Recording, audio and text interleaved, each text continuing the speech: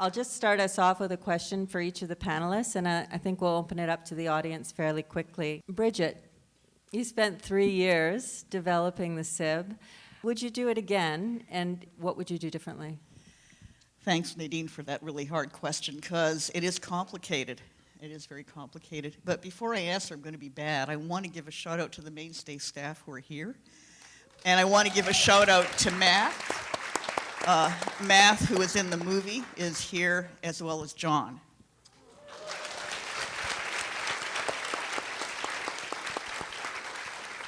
And they really are the heart of the SIB. So would we do it again? I talked to Gotham, who is the successor executive director of Mainstay, and the two of us over lunch put our heads together, and I said, should we do it again? Would we do it again?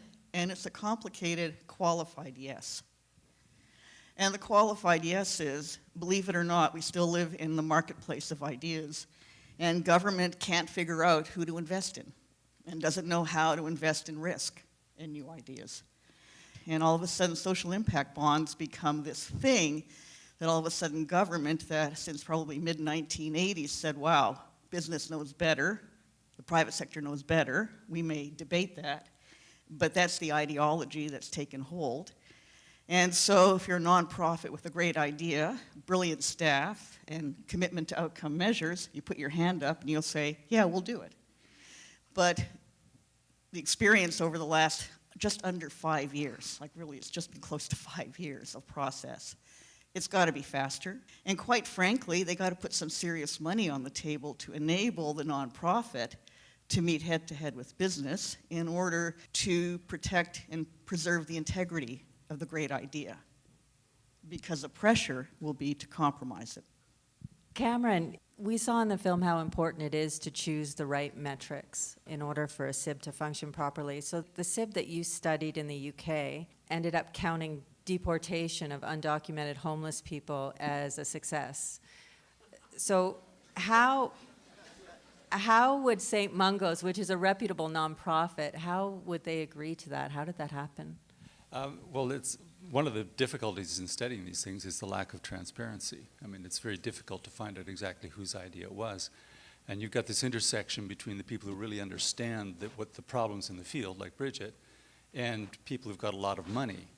And trying to come up with a set of metrics that they can all agree on is difficult, just to define them. And then, of course, as you saw in the film, the payment levels get stepped down, from 40,000 enrolled to 7,000. In order to ensure that these social impact bonds succeed financially, because the government and the financial sector, they're desperate for these things to succeed.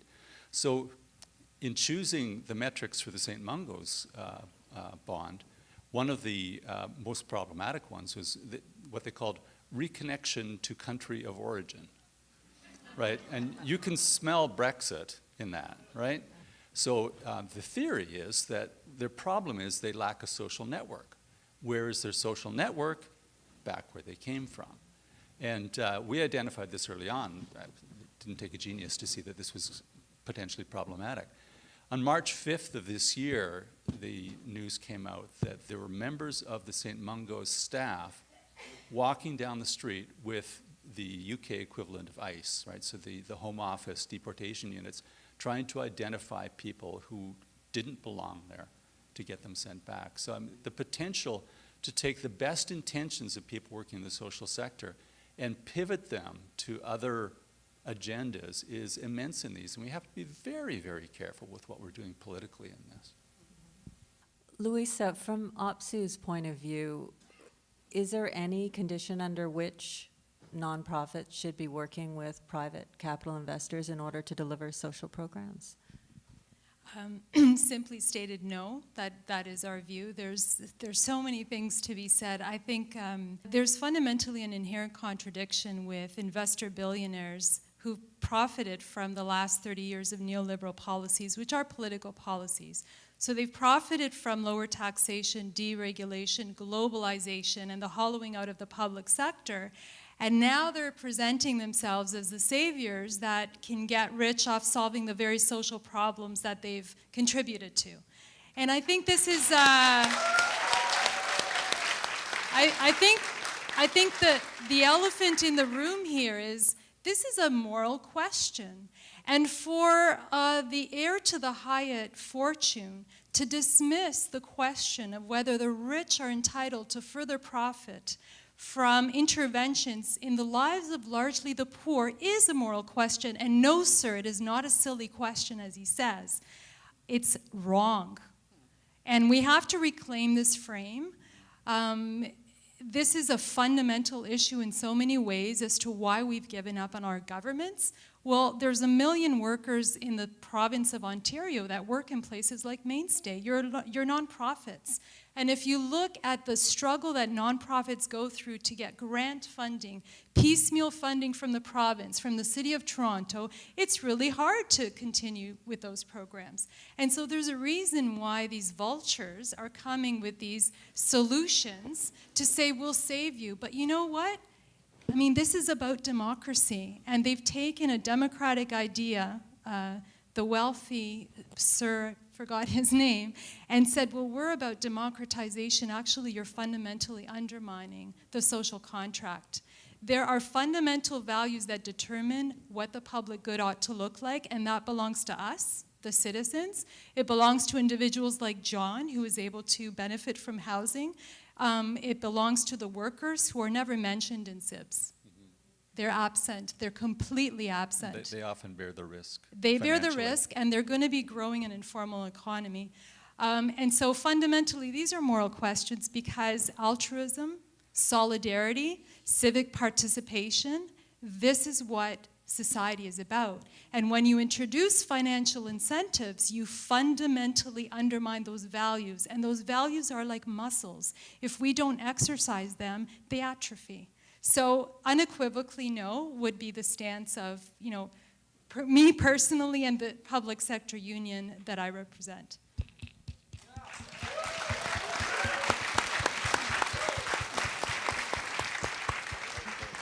So Denise, I know you have a different opinion. Maybe I'll start by asking something that'll pick up on what Luisa said. You've dealt with investors. You brought them into the first SIB. Vultures? I would not say that. What I will say, however, and Brigitte, you mentioned it, it's complex. When you talked about social impact bonds, you deal with a number of investors that have different accountabilities, different interests, different decision-making process. So I'll give you an example of what happened with the project that was funded by the Government of Canada. This one was for helping unemployed people to get essential skills in order to be able to function in society, whether it was to bring them to the labor market or bring them back to education. So what happened, we approached many investors, along with KPMG that helped us to do that. At the end, we had about 40 investors that were interested and said, okay, let's talk more. At the end, we only had 3 investors, and we had to reduce the number of unemployed people that we were supposed to help because we didn't have enough investors. So at the end, we had 2 wealthy individuals from Vancouver, Richardson family. We had the Connexus Credit Union from Saskatchewan, and we had the Catherine Donnelly Foundations. But let me explain to you why.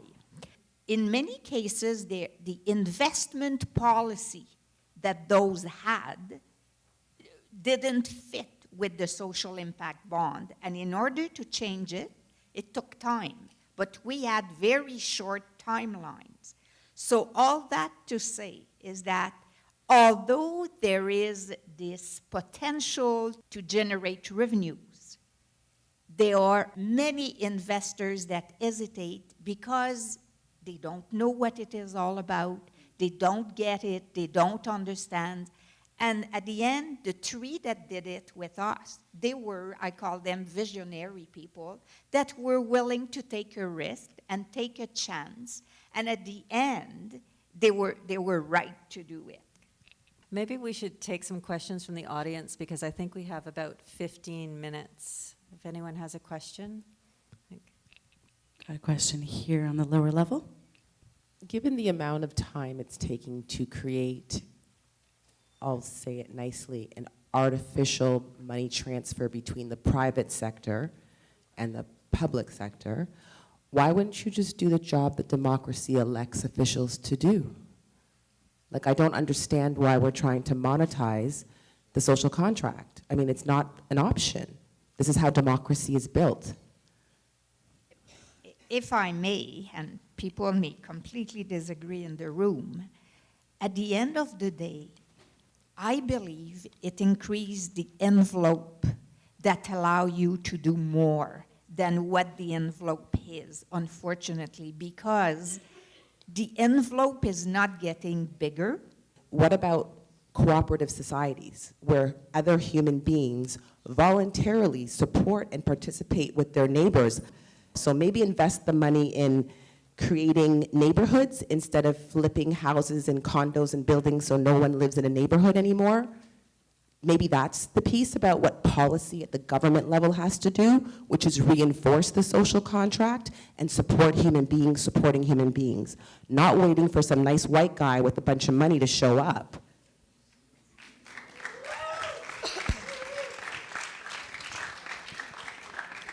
We have our next question on the balcony. Hi, thank you very much for the movie and for coming to take questions. Question about the people who pay, and I think it's the taxpayers, and I hope I'm wrong, but it sounds like taxpayers pay once for the schools, so to put Reginald in school and to house the people, whatever, and then we pay again if it succeeds. So it sounds like it's great to be an investor in an SIB, but is it really the taxpayer who pays twice? It's the taxpayer who returns the initial capital investment that came from the investor, and they pay if it's a success, and then that number in Chicago was double. Thank you. We have our next question at the back of the orchestra. So as you said, if the envelope is getting smaller and smaller, don't you think it makes more sense and more effective if you increase income tax and also corporate tax for the rich?